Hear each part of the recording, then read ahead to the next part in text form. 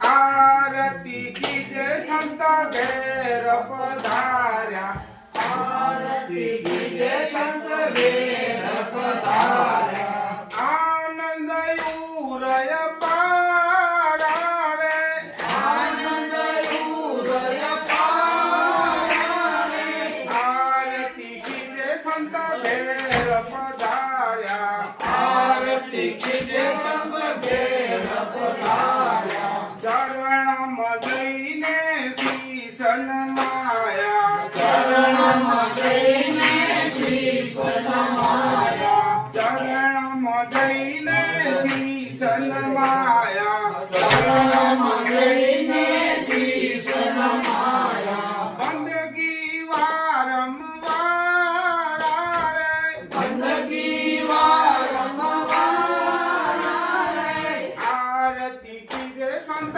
घेर पधार्या, आरती कीजे संत घेर पधार्या, आनंद उरय पारा रे, आनंद उरय पारा रे, आरती कीजे संत घेर पधार्या, आरती कीजे संत घेर पधार्या, नैन कमल से नैन मिलाओ, नैन कमल से नैन मिलाओ, नैन कमल से नैन मिलाओ, नैन कमल से नैन मिलाओ, अरस परस देदारा रे, अरस परस देदारा रे, आरती कीजे संत घेर पधार्या, आरती कीजे संत घेर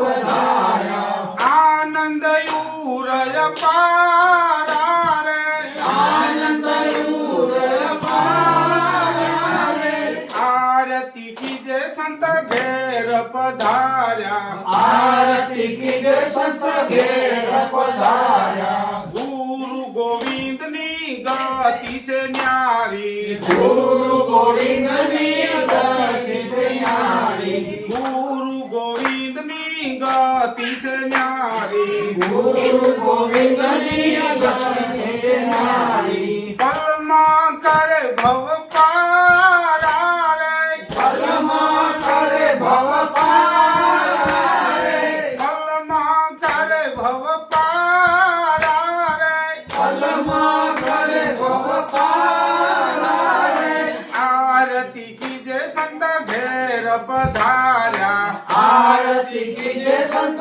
घेर पधार्या, आनंद उरय पारा रे, आनंद उरय पारा रे, आरती कीजे संत घेर पधार्या, आरती कीजे संत घेर पधार्या, हे रामदास आरती गावे, हे रामदास आरती गावे, हे रामदास आरती गावे, हे रामदास आरती गावे, मटी जासे दिल नयन धारा रे, मटी जासे दिल नयन धारा रे, मटी जासे दिल नयन धारा रे, मटी जासे दिल नयन धारा रे, आरती कीजे संत घेर पधार्या, आरती कीजे संत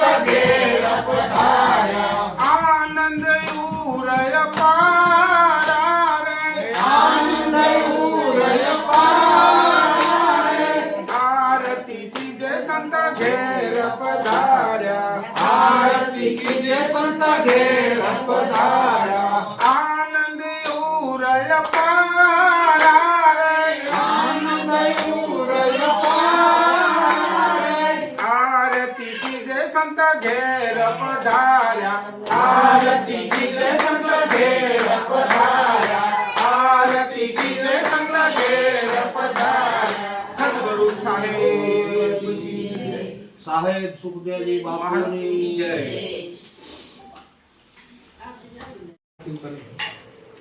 સંતનો આટલો બધો મહિમા શા માટે? જગતની અંદર સંતનો આટલો મહિમા શા માટે? ભગવાને પણ સંતોનો મહિમા શા માટે કર્યો? કારણ કે સંત છે ને આપણા મનના અને તનના તારા છે. મનના અને તનના બે. આપણે દરેક ભગવાનનું નામ લેતા હશું, ભગવાનનું ભજન કરતા હશું, પણ આપણને ભજનની ખબર નથી. ભજન કેમ કરવું? કહો ને ગુરુજી ભજન કેમ કરી? ગાય છે ને, ગાય તો છે ને.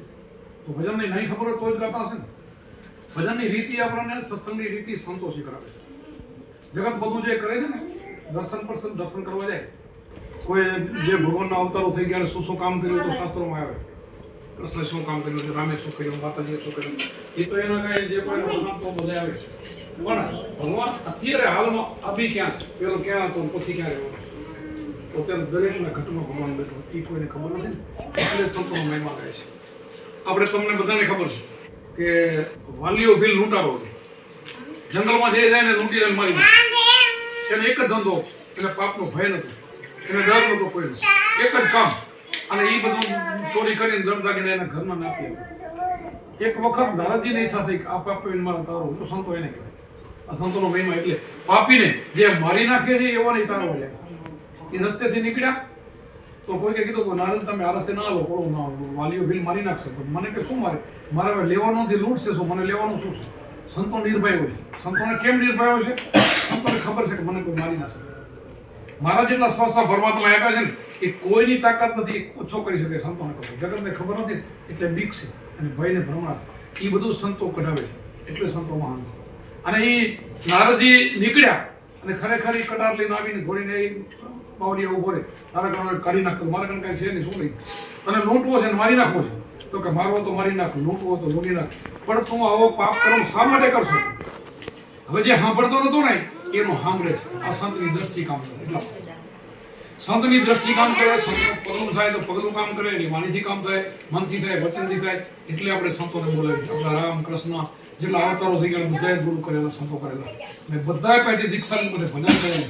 એટલે આપણે એને પૂજીએ છીએ. એટલે એને પહેલા ગુરુગામ સિવાય રામને કૃષ્ણને ખબર હોતી નથી કે મારે કઈ દિશામાં જવું. એટલા માટે ગુરુની જરૂર છે. અને આપણને ખબર છે લૂંટવાવાળાને કીધું આટલું પાપ ન કર, આટલું પાપ કોણ ભોગવશે? તારા બાયડી છોકરામાં કાંઈ નથી, તારા ઘરવાળા ભોગવવા નથી, તારે એટલું બધું નરકમાં ભોગવવું પડશે. ન કે તું પૂછ્યા પછી મને મારી નાખ. જો તારા ઘરથી બાઈ કે તારો છોકરાને કે ના તું તારે હું કરજે તો મને મારી નાખ. ખરેખર કોનું ત્યાં મન બદલાવી નાખ્યું. પૂછવા જાય છે ઘરવાળી કીધું અમે તમને ક્યાં કહી શકો પાપ કરવામાં, ધંધો કરીને કમાઈ ખવડાવો, અમને તો તમે કમાઈ ખવડાવી જોવાનું છે. આવું ખરાબ ખર્ચ કરવાનું અમે નથી કહેતા. તરત એને લાઈટ થઈ ગઈ. આજ દિવસ સુધી કોઈ દી આ બેન આવી મારા ઘરથી બોલી નથી અને છોકરા પણ કહી દીધું. પછી અહીંયા આવી નારાજીના પગ પકડે છે. મહાન સંત બની ગયો અને વાલિયા ભીલમાંથી વાલ્મીકી ઋષિ બની ગયો. જેસલ જાડેજા બારવટિયા હતા, મહાન હતા, પાપી કેટલાય પાપ કર્યા હતા, માથાના વાળ જેટલા. એ પણ આપણે અત્યારે કચ્છમાં જઈ બેન આપણે ત્યાં દર્શન કરવા જઈએ એટલે મહાન પીર બની ગયો. એમ અમારા કુમારાએ કીધું કે ગુરુજી નામની ભક્તિ દિલમાં મુક્તિ થાય. જો ગુરુજી જે નામ આપે એ નામ જો ભજન કરો ને તો મુક્તિ થાય. બધા નામથી મુક્તિ થતી નથી. તમે જે કરો છો ને, તમે એક નહીં આખું જગત જે કઈ રામ કે કૃષ્ણ બધા અવતારો છે ને એના બધા નામ છે ને તો એનાથી મુક્તિ નથી. એમ સંતોનો મત છે. શું કામ નથી? એ બધાના જે નામ છે ને એ દેહના નામ છે. દેહના એટલે તમારું મારું જે નામ ક્યારે પડે? જન્મ થાય પછી કઈક બહેનોને ખબર કે છઠ્ઠી પછી કઈક તો બ્રાહ્મણને બતાવી, કાંઈક ફઈ આપે, કાંઈક કોઈને બતાવી, કોઈ ભુવાજી આપતો હોય નામ આપે ને પછી કંઈક ફલાણી આ રાશિ છે એનું આ નામ કહેવાય, નારાયણભાઈ કહેવાય.